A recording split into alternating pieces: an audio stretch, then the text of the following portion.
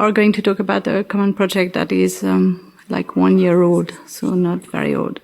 Forming a distinct nuclear geography on the shores of France, Belgium, and the Netherlands, lie 3 nuclear installations, all built on polders: Gravelines, Doel and Borssele nuclear power station. All 3 industrial projects were part of the nuclear technology enthusiasm born during the 1970s and 1980s in the aftermath of the 2 successive 1970s oil crises.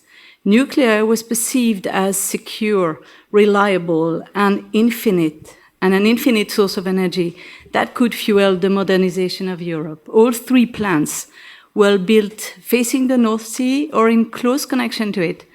Their demanding water dependency plugging into the sea's body of water to cool down reactors. Peer that from a map encountered during a walk or seen in satellite images. All 3 nuclear plants appear so determinantly anchored by the coastline, their different silhouettes accompanying the fine frontier between land and sea or river estuary in the case of Doel and Borssele. The plants shaped the nuclear pastoral that saw natural landscapes becoming entangled with vast nuclear techno-industrial developments, integrated to the vast and ramified nuclear geographies of Western Europe. All 3 sites nevertheless form a distinctive ensemble. Being built on polder lands, they constantly point to the transient condition of their foundation and to the way the installations are laced within these exposed, situated spaces. To embrace their distinctive geography and thus their techno-environmental identities, one needs to operate a dual move. If it is pertinent to acknowledge that they are part of 3 different national jurisdictions and 3 sovereign energy politics, France, the Netherlands, and Belgium, they are also critically sharing common uncertainties due to the ground truth of the geography they are built on. At the time of the nuclear plant's construction, polders symbolized the epitome of hydraulic engineering and manifested as archetypal figures of modernity. But polder landscapes are also transient, granular, fragile ecosystems subjected to erosion. Polder land are balanced between land and sea, marshlands and skies. They are directly impacted by global warming and rising sea levels. Currently, dykes are being erected to protect the plants from tidal rising water levels. As incarnation of an idea of modernity, the 3 polder nuclear landscapes confirm the importance of countering progress and linear nuclear narratives in order to acknowledge how the deep time of their nuclear temporal scales are complicated by urgent uncertainties affecting the present. Gravelines is a Ballardian landscape by essence. The post-World War II rebuilt region faces Britain and borders Belgium. It is also one of the most nuclearized parts of France. Built in 1980 near Dunkirk, Gravelines is the 2nd largest nuclear plant in Europe with 6 reactors. It mirrors the Ukrainian-based Zaporizhzhia plant, which is currently weaponized in the Russo-Ukrainian war. Like a futuristic techno-fortress, Gravelines' EDF-run nuclear plant is currently being surrounded by elevated dykes meant to protect and isolate it from the nearby seashore. It is also concomitantly and paradoxically retained as a possible site for the projected construction of the French, and I use a term that has been used by the President Macron recently, they call it the nuclear renaissance. So I call it the new wave of nuclear renaissance. Gravelines epitomizes the ambitious techno-nuclear development of the 1970s Mesmer plan that saw the construction of 13 nuclear plants in 10 years. Launched in 1974, the Mesmer plan predicted that by 1985, 70% of the country's electricity would come from nuclear production. Built in the economically deprived northern part of France, where the devastation of the Second World War had left so many scars, it was meant to address the decentralization left by the 1980s collapse of the coal mining industry. As it did during the Atom for Peace era, and still does to this day, the nuclear is operational to project an optimist and grandiose techno-industrial narrative addressing energy production. The EDF 6 reactors plant sits in the middle of vertiginous vast industrial landscape within which it paradoxically has come to embody cleanliness and sleek industrial production. Unlike the numerous industrial sites spreading for miles in an extension of land stuck between the container and industrial harbor and the motorway, the nuclear plant does not belch out visible, odorous, and noxious industrial pollution. Though aging, in constant need of maintenance, threatened by rising sea levels, the plant's techno-industrial installations are enmeshed with polder landscapes and surrounded by heavy industry, engendering a unique techno-geography where pollution, security measures, industrial control and surveillance merge into a critical zone. So today we will be talking about the French site, Gravelines, because this is where the project started, both physically and conceptually, as it will become clearer today. So we started going to Gravelines around September 2021 in preparation for a workshop that we were collaboratively giving at the art school in Dunkirk for the month of October.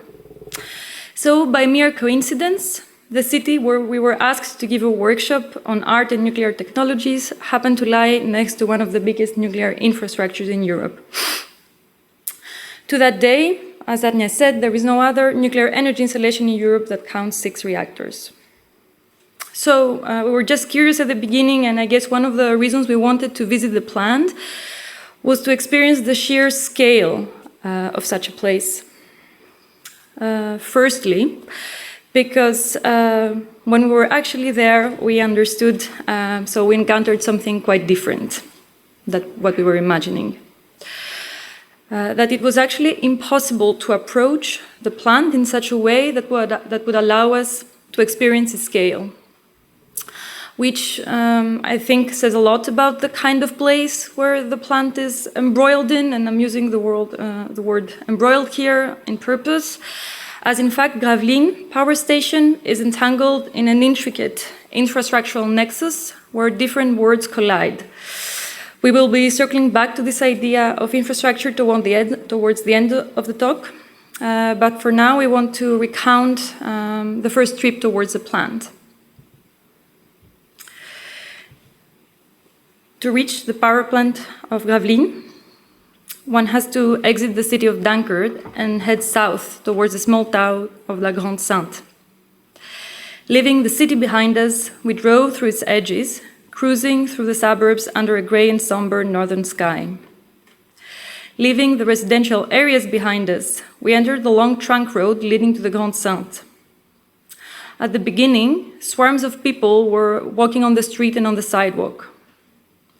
We soon realized that we were in the vicinity of the Basrock refugee camp, an infamous camp that has replaced the one of Calais when it was forcefully evacuated. And then, back on the highway, scant elements gradually introduced our entry into the industrial zone. No human was to be seen for several minutes. Gradually, however, the contours of the horizon started taking shape. Smoking factory chimneys, power plants, large industrial buildings with pipes and tubes stacked next to each other. The power plant of Gravelines is embedded within what in EU jargon, policy jargon, is called a Seveso site. Seveso borrows his name from the borough of northern Italy, where a dioxide cloud spread over the area on July 10, 1976, after an explosion at a local chemical plant that killed around 100,000 animals. Today, Seveso zones refer to spaces where industrial activity concentration is high and is linked to handling, manufacturing, using, or storing toxic substances, such as refineries, petrochemical sites, oil deposits, or explosive depots. Gravelines becomes unimportant in this landscape. It is enmeshed amongst an infrastructure, and it's challenging to discern it from afar. So this kind of sublime experience Agnès and I were looking for was impossible to be found. Despite its gigantic scale, so the locals, the northerners, they call it La Géante, the giant, the 6 reactors of Gravelines become innocuous in that landscape, bursting with different forms of toxicity. So we wanted to probe these invisible crossings, just recounted, between the city and the suburbs, between the suburbs and the trunk road, between the trunk road and the highway, all the way up to the plant, as they enhance the sense of liminality, which is proper to polder landscapes. Sitting on the shore, the paraplant of Gravelines exemplifies this space on the border that is somewhere in between, neither front stage nor backstage. An infrastructure conceived as dominant on many planes, for example, it is one of the main employers in the region, but one that is dangerously and invisibly fusing with its surroundings. Indeed, the nuclear site is never spatially confined within its own infrastructural limits. It extends beyond them, molding the ambience, setting the tone, the acoustics, the appearance, and sometimes even the odors of the surrounding territory.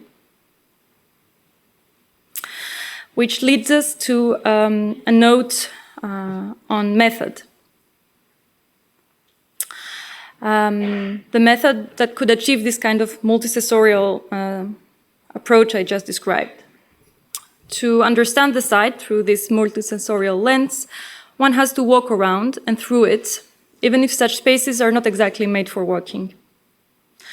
Amongst the first toxic places not made for walking, but that were nevertheless experienced through the medium of walking, is what came to be called the Cancer Valley, this area between Baton Rouge and Louisiana, which is heavily polluted by petrochemical activities. Environmental historian Phaedra Pezzulo has written a prehistory of sorts of such walking practices in what she calls Toxic Tours, in a book that appeared now almost 16 years ago.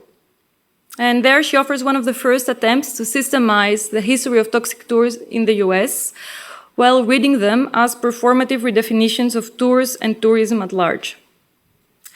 Pezzulo explains how environmental activists started using toxic tours in order to raise awareness on invisible and invisibilized ecological problems and their effects on human and non-human bodies.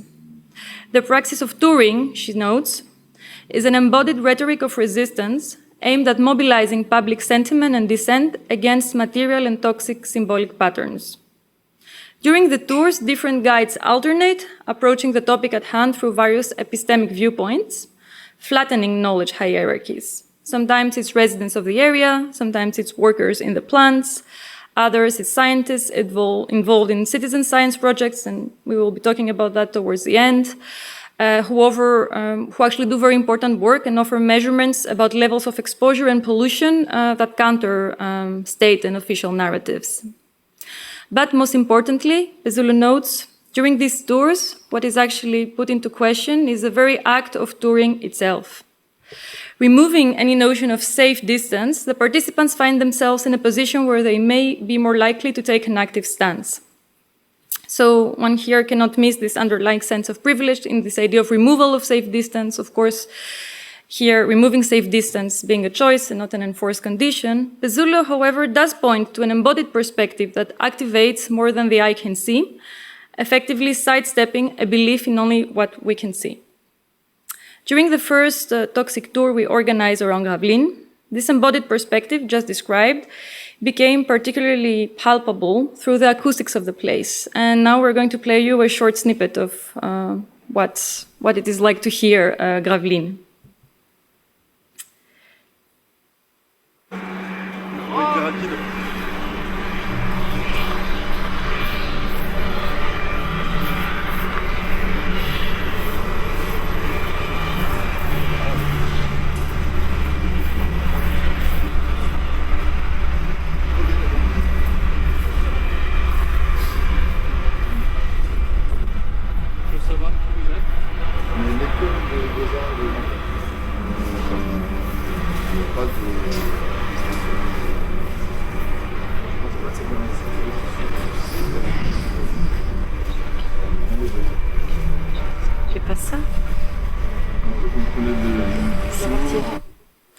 So actually I wasn't hearing the sound very loud, so I hope you could hear what we just played. So those were the humming sound of the reactors combined with our steps on the muddy soil around the plant.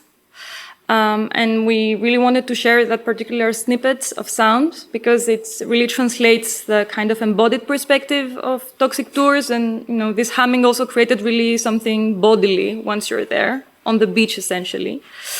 And it combines the sounds of heavy machinery with our very earthy noise of human steps on the watery engineered grounds of polders.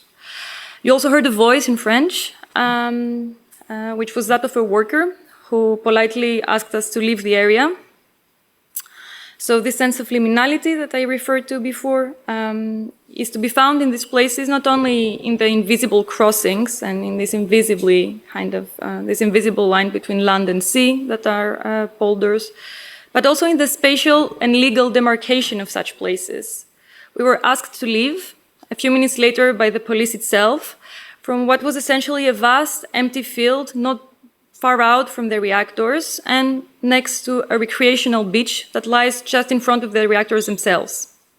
Nuclear installations on polders lie on unstable geological grounds, but also on poorly defined legal ones. Gravelines forms a fragmented and discontinuous industrial polder landscape. It is an uncanny place to navigate. Roads end up in cul-de-sac, swirl endlessly around the outer perimeters of industrial sites, or are abruptly interrupted by no-access signs. The spatial discontinuity and the sheer impossibility to gain an overview of the whole place communicates a sense of loss, disorientation, and fatigue. Especially impossible to grasp, the industrial polder landscape gains its sense of continuum and spatial cohesion through sound. The whole industrial land is wrapped within a continuous low hum. If dissected, it would decompose into multiple industrial sources that would in turn provide forms of archives. The low hum has a temper, a mood, and carries with it an atmosphere. Born out of different sources, the hum merges into a heavy bass low beat that possesses its own velocity, continuity, and permanence. Characteristic of the positivist era that gave way to 19th century heavy industry, the low hum has come to articulate the legacy of the industrial era. At Gravelines, as in many other heavy industrial zones, Cold War industries with connection with military production still maintain a continuum between the military and the industry.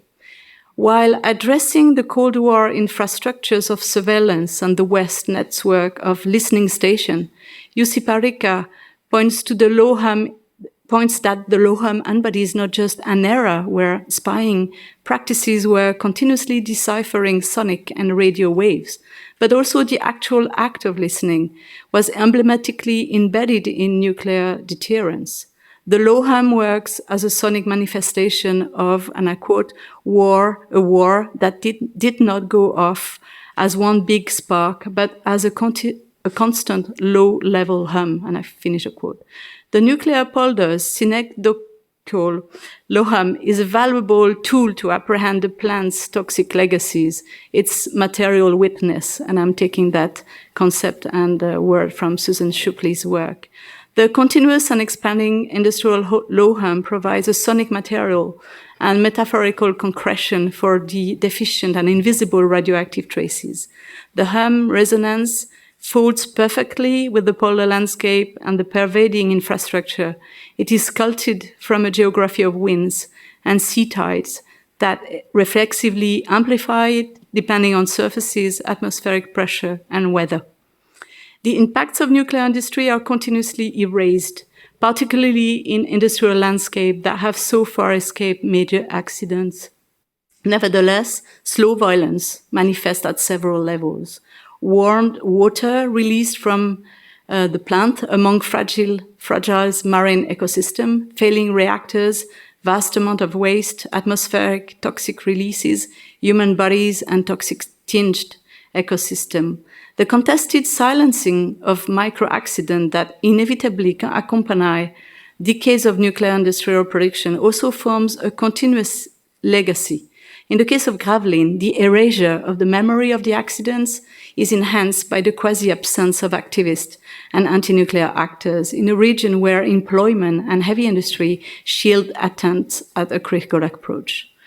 We quote Paul Virilio, who wrote, "The riddle of technology is the riddle of the accident." And Virilio, and I continue his quote, for Virilio, every technology carries its own negativity, which is invented at the same time as technological progress, end of the quote. Written long before the nuclear disasters that inform the backdrop of all nuclear past and future developments, Virilio's assertion guides us to focus on the futurity of the nuclear failure. His lines keep into perspective how progress manifests in time and space. Progress is lingering and waiting on Gravelines' industrial polder, which adapts around and is modulated through the demanding techno-infrastructures of complex industrial systems. Issues of security, containment, control, maintenance permeate the nuclear perimeter, whereas geoengineering is constantly mobilized to redesign and adapt the site. The latest example being the implementation, at the time we're speaking, they're still carrying the work of the elevated dykes. The polder landscapes testify for the constant reinforcement that it invites through the layering of industrial installations, its stratas of additions and endless extensions. What is slowly unraveling and is progressively revealed at Gravelines reactor, as Gravelines reactors' life are continuously extended, is a slow accident in the making. Unlike the known topography of nuclear disaster zone, Gravelines' forbidden and inaccessible security perimeter hosts the slow motion progress of a nuclear accident. Attuned to Virilio's interest in speed and time, what we are witnessing at Gravelines is the asynchronicity of two different tempos.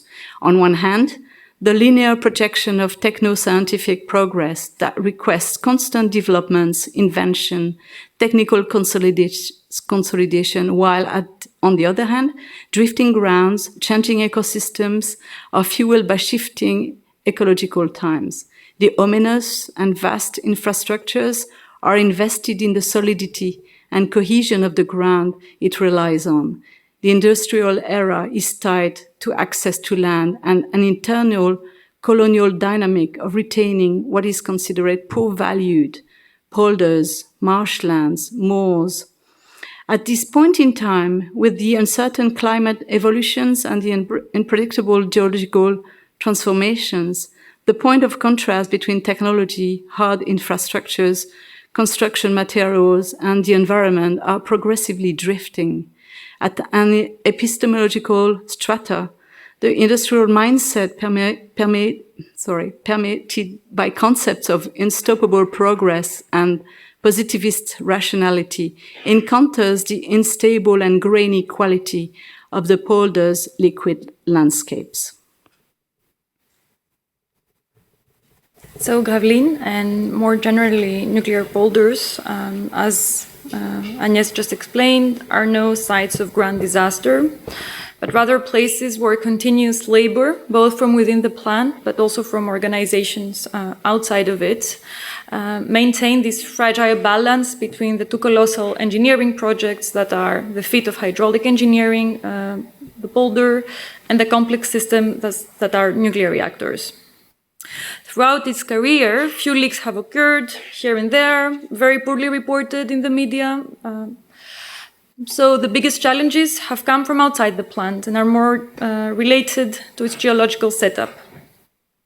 So, in recent years, this novel type of hazard has emerged. So during our toxic tour, we had the opportunity to be guided around the plant with a representative of a local citizen science group that strives to gather and archive information about the plant and disseminate it. And just a parenthesis here, that such groups are actually very, very important.